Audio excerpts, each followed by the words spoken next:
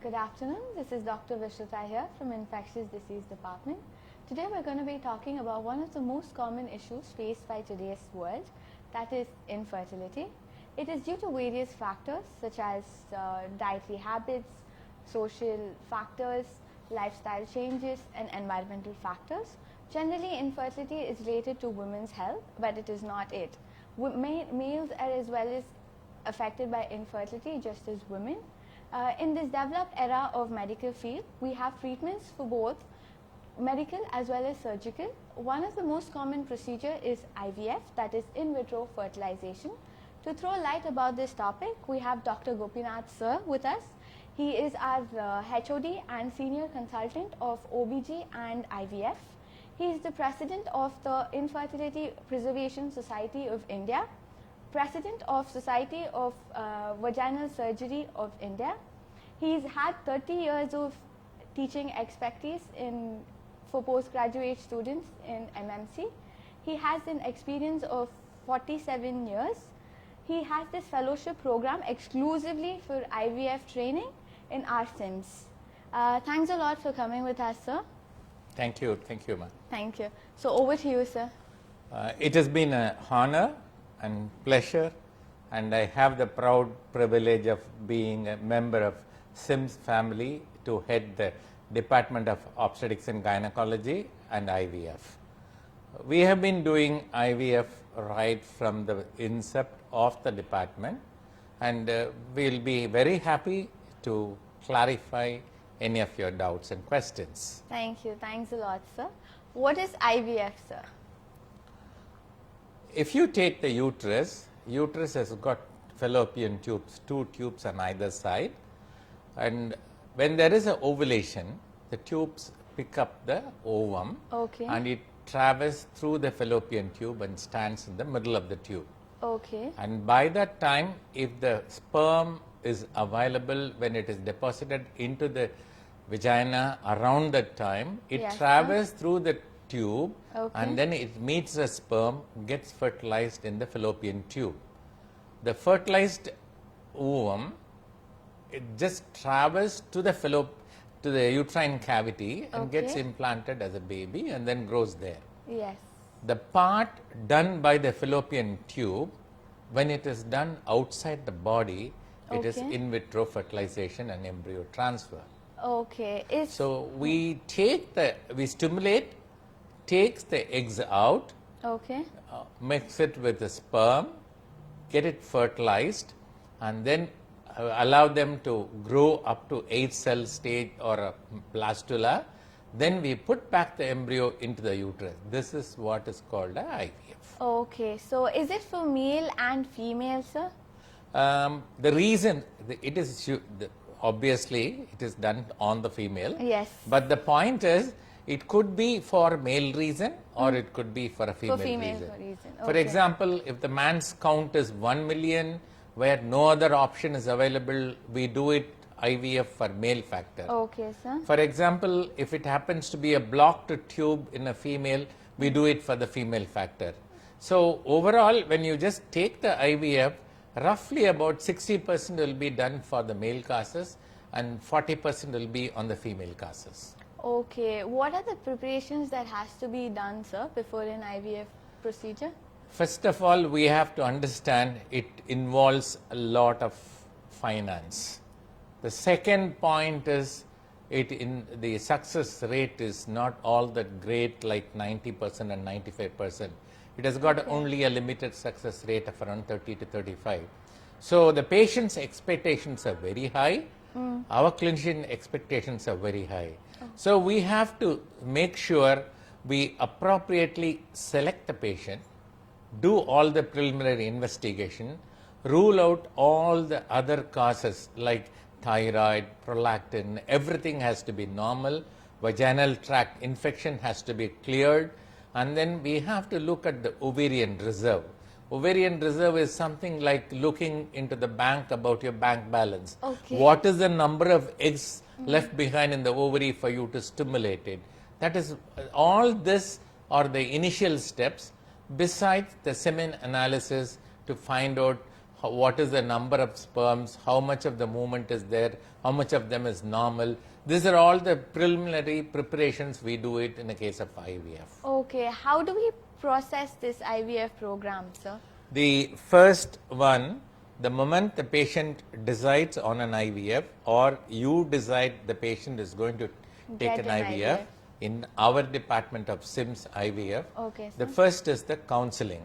There is a professional counselor who will sit with the couple and talk to them about IVF, explain in detail how she is going to go through, what are all the emotional support, what are all the psychological support, everything will be dealt in detail to that patient. Then she moves to the next room where she will have a financial counseling where she will be explained about what is the cost involved, what is the success rate, all these details will be just given to them. And then they will be asked to sign the consent as per the ICMR and ART guidelines. So once when they sign the consent, the patient will report on the second day of the periods. Okay. We will do all the preliminary investigations and then we will start on stimulations. Okay, so I've heard you've done more than 20,000 IVF procedures till now, sir. Congrats on that. So next question, how do we stimulate the ovaries, sir? Yeah, the ovary normally produces one oocyte per cycle. So when you want to have a normal conception, we try to stimulate one oocyte. Okay. When you do a procedures like IUI, we aim at getting about 4 eggs. So similarly, it has to be little stronger stimulation. Whereas in an IVF, we aim for about 10 to 15 eggs on the given cycle. So for that, we need to put them on gonadotrophins.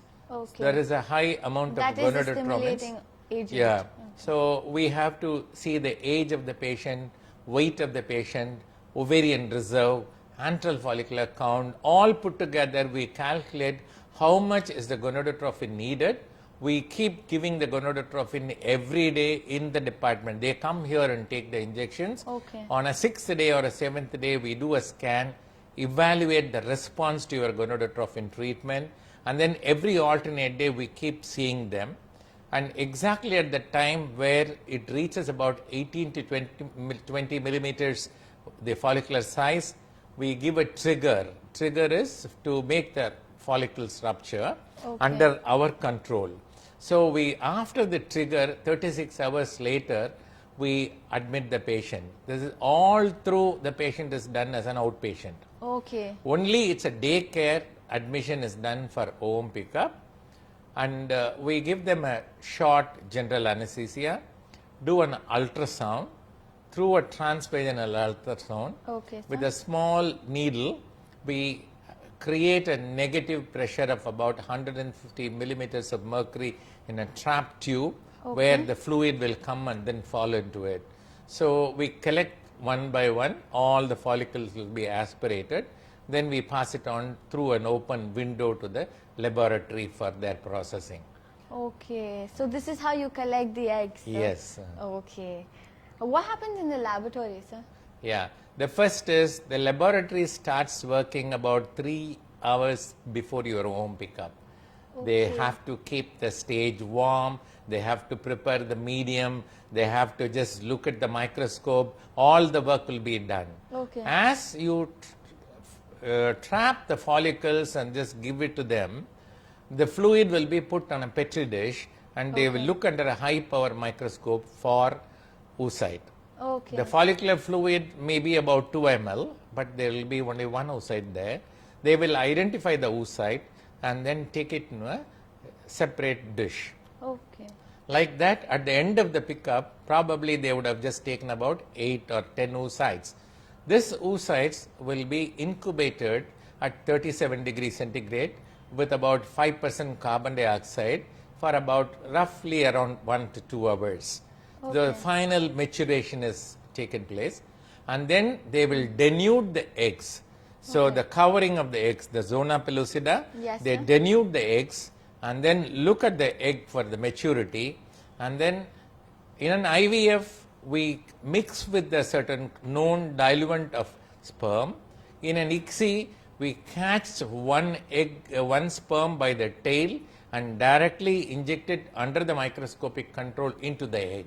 Okay, so this is all done manually. Yes. Okay, sir. And with this, the patient, after 24 hours, we will take out this and examine for evidence of fertilization. Usually the ovum will have one pronuclei. If there is a fertilization, you will see two pronuclei. Then you know that it's fertilized. Yes. And then we look at again at the end of 48 hours, that you will see the cleaving cells. It will be 2-cell or a 4-cell embryo. Okay. On the third day, it will reach about 8-cell. So the 8-cell, this is how they grade it in the laboratory. And then after the transfer, the remaining eggs, they will put it into a programmed freezer at minus 197 degrees centigrade in a liquid nitrogen, preserve it for years. Okay, that's wonderful, sir. When do we place the ovum back into the uterus, sir? Female uterus? The embryos can be transferred on the third day. It can be transferred on the 5th day. So the third day, usually it will be around 4 to 8 cells. And on the 5th day, it will be something like a ball, what we call it as a blastocyst. So the point is, if the enough number of embryos are there, for example, this woman has just given about 12 eggs and 11 of them is fertilized, enough number of embryos are there, we allow them to go up to the blastocyst, that is day 5. And then on the day 5, when you transfer, the success rate is better than that of day 3. So that's the reason we take it for a day 5. But however, if the number of oocytes taken is very small, for example 3 oocytes, 4 oocytes, if you allow them to day 5, you may not able to get a transferable embryo. That might be nil. So for that reason, how it would become nil, sir? Third day it will be there, fourth day it may not grow, it might get arrested. Okay. So if you transfer that embryos into the uterus, it may not go, it might continue. That is the reason we allow them to grow outside till day 5 and transfer for better chances of conception. Okay. Okay, what are the precautions that we have to take, sir, while we transfer the embryo into the uterus? The first thing is, patient should have a very minimal bladder for you to do an ultrasound. Oh, okay. So, and then patient has got no anesthesia. So patient has to be calm, relaxed. You have to talk to the patient. There is a counseling session before the transfer. We do not use any of the antiseptic lotions. We use only a normal saline, clean, put in a clean speculum, visualize the cervix.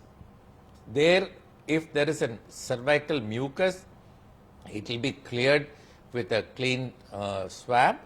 Then we will lubricate that area and clean it with a culture medium, what we are using it for the transfer. Okay. And then the embryo will be loaded. The loaded embryo, prior to the loading, will be shown to the patient in our hospital. Okay. So the patient on lying down will examine we teach them what is a good embryo, what is a bad embryo, and then show them. So she will know, yes, my embryo is good. And then we transfer it without anesthesia, gently, without the patient knowing. There should not be any discomfort. And soon after that patient embryo is transferred, we show them the ultrasound guidance to say that it has reached the uterus. Okay. Then we remove this and then ask the patient to lie down for about 10 minutes, and then she walks out of the embryo transfer room to her bed. Oh, that's amazing, sir. So it's only a daycare procedure? It's a daycare procedure. Patient gets admitted for half a day for the ovum pickup, half a day for the embryo transfer. Okay. So what are the indications, sir, for IVF? How do we select the patient? What criteria is? On the male side, if the count is poor, where if it is 15 million, they can have a normal conception by way of normal natural intercourse. Okay, if it is around 10 million, they go for a procedure called intrauterine insemination. When it is less than 5 million, they go in for IVF. Okay. When it is less than 1 million, they go in for ICSI. So, depending upon the patient's count, with treatment or after the treatment, we decide. If it is too low, we suggest to them to go in for IVF. Okay, sir. And then on the women's side, if the tubes are blocked or the tubal block is repaired and they have failed to restore the patency, failed microsurgeries, Okay, then we sir. do that thing. Okay. Minimal endometriosis, moderate endometriosis, we do it. So there are a lot of reasons, we can just list it out. Some of them are purely male factor, some Okay. of them are purely female factor, some of them are both male and female. Okay. What do we do for patients who have no sperm count, sir? Exactly. So usually, as I was a student, if there is no count, we always suggest to them donor insemination. Okay. That is the, but today's world, it is the last option. When the patient has got no sperm count, we clinically examine. If the testis shows normal volume, Okay. normal volume is between 10 ml and 15 ml, normal volume, then we know that it is one of the types obstructive azoospermia. Okay. When it is very small volume, it could be a non-obstructive azoospermia. Clinically, we find out what is the type. The reason is, if it is a non-obstructive azoospermia, your chances of retrieving a sperm is little less, which we have to explain to the patient before we attempt the procedure. And then after that, we do a test called follicular stimulating hormone. Okay, sir. If the follicular stimulating hormone is 5 international units per ml, then it is normal. If it is more than 3 times, we give up.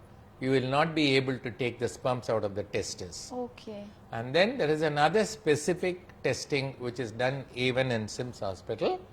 It is called Y chromosome microdeletion.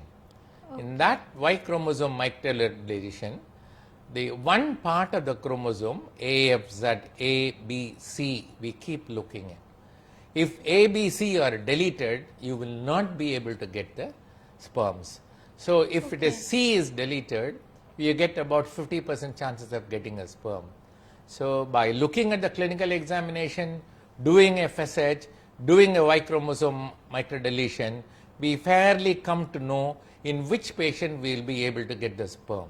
Okay. Then take them to the theater, give them anesthesia, make a small 5 millimeter size, half a centimeter size incision on the testis, enter into the scrotum and then enter into the testis, and then take out a chunk of a tissue from there, give it to the embryologist.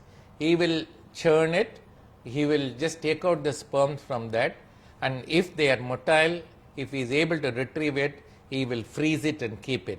Okay. Then subsequent cycle, we will do an IVF for that patient, and then we will take out the thawed sperms and inject it into the oocyte and then complete the cycle. Okay. For low sperm count, sir?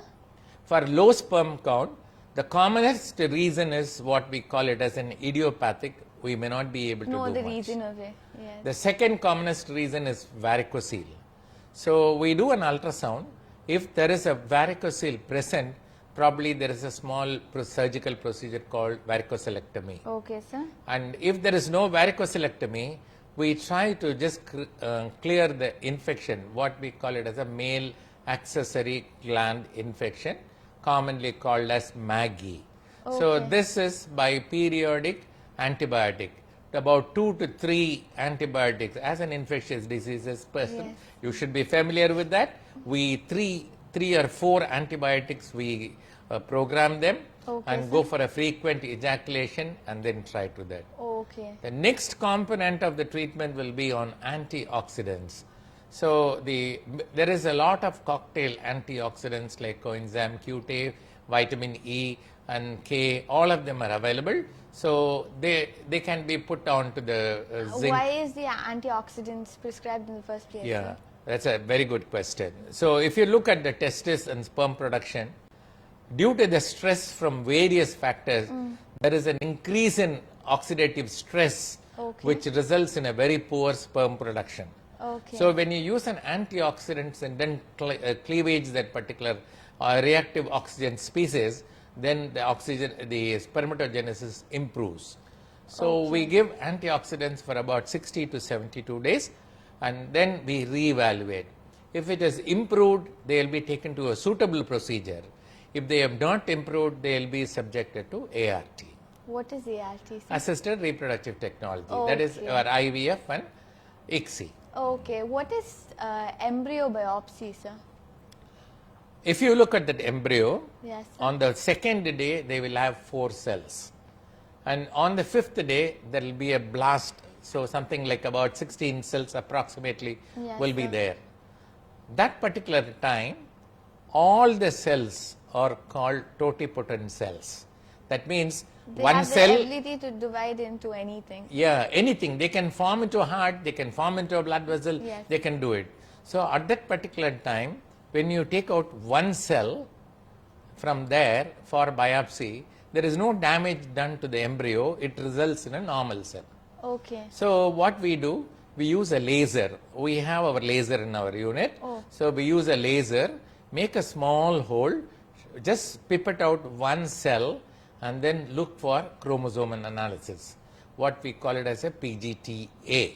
So in that, if there is a double set of chromosome is present in that embryo, that means it is normal.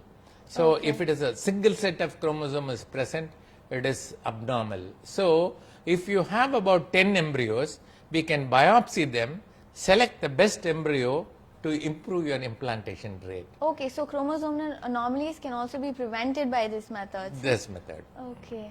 So what is laser hatching, sir? Yeah, laser hatching is, there is a covering of the embryo.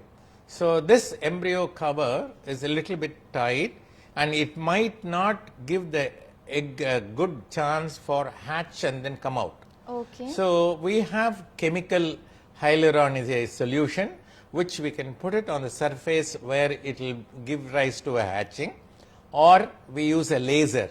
So you pass the laser diagonally on one of the corners and then hatch it. If you hatch it, it results in a better development of the embryo and then better implantation, pregnancy rate increases. That is number one. Okay, Number two, as I mentioned it in the previous question, if you want to take one cell out, you have to break the capsule. That is done by laser hatching. Okay, okay, sir. How do we improve the result of IVF, sir? That's a big question. If I know the answer, I'll be a god. But we have to optimize. As I have mentioned it, so if once when you know that the patient is coming with a lot of expectation, a lot of money is involved, we have to just see the patient in the same page what we just see. So we have to explain to them a proper screening, case selection is very, very important. Screening as such, sir? For example, if the woman has got a chance of developing a more number of eggs, we tell them your ovarian reserve is good, I can stimulate you and get you about 15 eggs, that will result in 12 embryos and you can have a good chances of pregnancy. Okay. If our ovarian reserve is very poor, like the marker for ovarian reserve is antral follicular count. If the count is AMH count is about, antral follicular count is by ultrasound, we do it on the second day. Normal count is about 8 to 16. Okay. The other one is anti-Mullerian hormone. So that is between 1.8 and 3.6. Both put together will tell you how much you can depend on getting the good number of eggs. Okay. For example, if the patient has got a very poor ovarian reserve, Yes. and if you keep on doing cases like that, your success rate will not be that good. So we have to explain to them, we have to select the case. And then a patient who has got a recurrent implantation failure, we have to find out why it has failed. We have to identify the cause, correct it, then take it for IVF.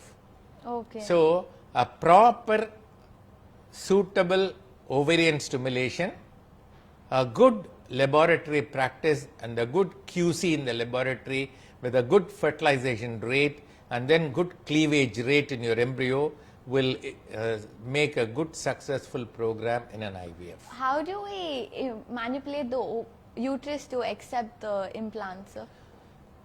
Uterus, normally when we transfer the embryo, it can be transferred on a fresh cycle, it can be transferred on a frozen cycle. Okay. Fresh cycle is where the cycle in which we do the IVF, soon after we pick up, on the third day we transfer the embryos back again. Okay. That is called fresh embryo transfer. It does not require any preparation for the endometrium. We only give a support with progesterone. However, if you decide to do it in a subsequent cycle, it is called frozen embryo transfer. Okay. So in a frozen embryo transfer, we have to prepare the uterus by giving estrogen gradually, say 4 milligram for 6 days, 8 milligram for 4 days, 12 milligram for 4 days, and keep looking at the endometrial lining. If the endometrial thickness comes to about more than 7.5 to 9 millimeters, that is the appropriate time we add progesterone. Okay. When we add progesterone, and for example, the day 3 embryos has to be transferred, we give them 4 days of progesterone and then transfer it on the 4th day. If it is a day 5 progesterone, day 5 embryos, we give the progesterone for 6 days and then transfer the embryo on the 6th day. After the transfer, we continue with the same estrogen and progesterone till we do the beta HCG to test for the pregnancy on 32nd day. Okay, sir. So what are the complications of IVF, sir? Is there any? It is something like when you go on a highway, you meet with an accident. That doesn't mean that you will be at home sitting, right? Yes, So the same way, we will be cautious, we will be careful. The first complication is, what is more dreaded, is ovarian hyperstimulation. Okay. When you aim to get about 15 eggs, it starts growing, becoming bigger and bigger. So it produces about 30 eggs and 40 eggs, and even after you just do a pickup, it continues to grow. That is called ovarian hyperstimulation syndrome. It is mild, moderate, and severe. Okay, Mild is treated as an outpatient, moderate is treated in the hospital, severe is treated in ICUs. Oh. So those days, it's about 20 years ago, IVF is always associated with about 10% ovarian hyperstimulation complications. But today, with the advent of drugs, antagonists, and then severe monitoring facilities, and our incidence of OHS is less than 1%. Okay. And it is manageable. That is one complication. The second complication is multiple pregnancy. So previously we used to transfer three embryos. So sometimes it will result in triplets. You know that triplets, the chance of going to term is less. Yes. They go in for a premature labor. They go into a lot of complications. So the multifetal pregnancy is a complication. But today we do a single embryo transfer, Yes, sir. or we just try to do a 2 embryos transfer. That will result in a singleton pregnancy, and we avoid that. Okay. So a proper counseling, a case selection, judicious following of the rules, and then guidelines will just take you to a safer road and without any complication. Okay, so what do you think about this advancing branch of IVF, sir?